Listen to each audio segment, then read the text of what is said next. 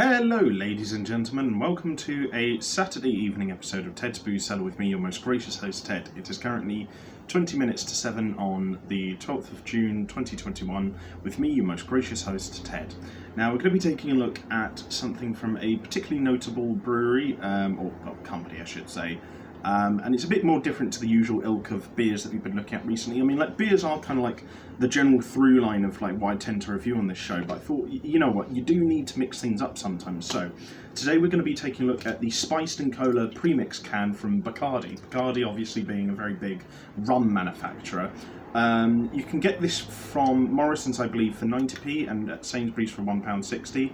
Although I think it's out of stock at Morrison's at the moment. So, but I think for the price that is for the size of can that's a pretty reasonable price, to be fair, especially considering it's 5% alcohol volume. I do get the impression this is probably going to be one of those ones where the flavour is the main focus rather than the strength of alcohol, and that's not necessarily a bad thing, but I don't know. I mean, it looks like one of those things you could put in a chiller and take to a sort of a garden party or something, and it probably service you quite well. So, yeah, 250 millilitres, 5% alcohol volume, contains caffeine. Yeah, it looks like it's not really much to say about it on the can. It's just Bacardi rum that's spiced with a bit of cola. I do quite like the sort of Bacardi logo of that bat, really, and the mixture of cream with like red chrome and sort of, you know, pitch black is actually quite interesting. So yeah, I'll give the can like a nice solid 9 out of 10. It looks handsome, but I think for the price as well, it's pretty reasonable as well. So let's have a sniff of this and see what our first impressions are like. So great, just got cola all over my t-shirt. Wonderful, fantastic. Oh wow, I can already smell that bit actually. Oh my. Ooh, that has got some punch to it. Jesus, that is one hell of a smell. Good hint of vanilla. Definitely a very strong scent of spiced rum.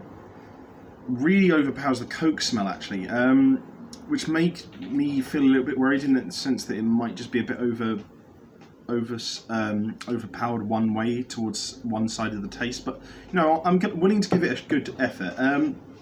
I'll give it like a 5.5 out of 10 for the smell. It doesn't smell particularly bad, but it is particularly overpowered by the sense that spiced rum, which is very overpowering over the other scents. But you know, let's give it a fair shot. But anyway, first quick palate cleanser.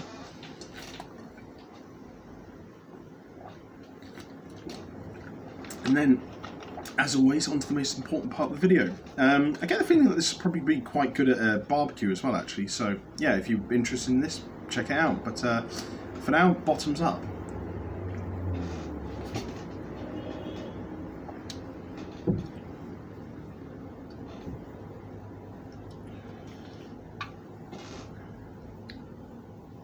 Wow, that's bland.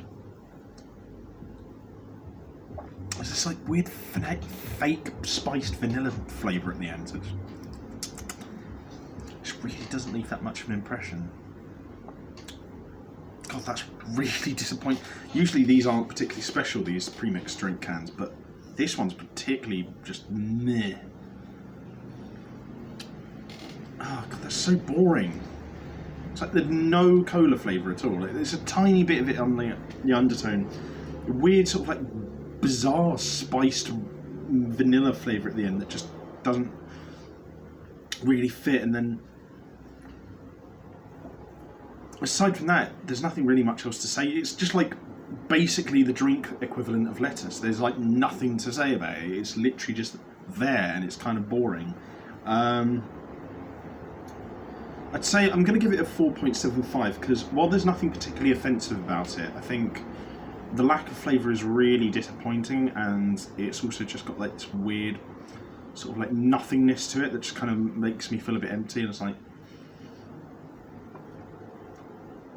and you could just tell they used like a really cheap, crap, like nasty quality cola in here, and like the flavouring's just like really naff and nasty. So yeah, I think it's not completely awful, but it's definitely not particularly good. So yeah, it's around just below par. So I'd say 4.75.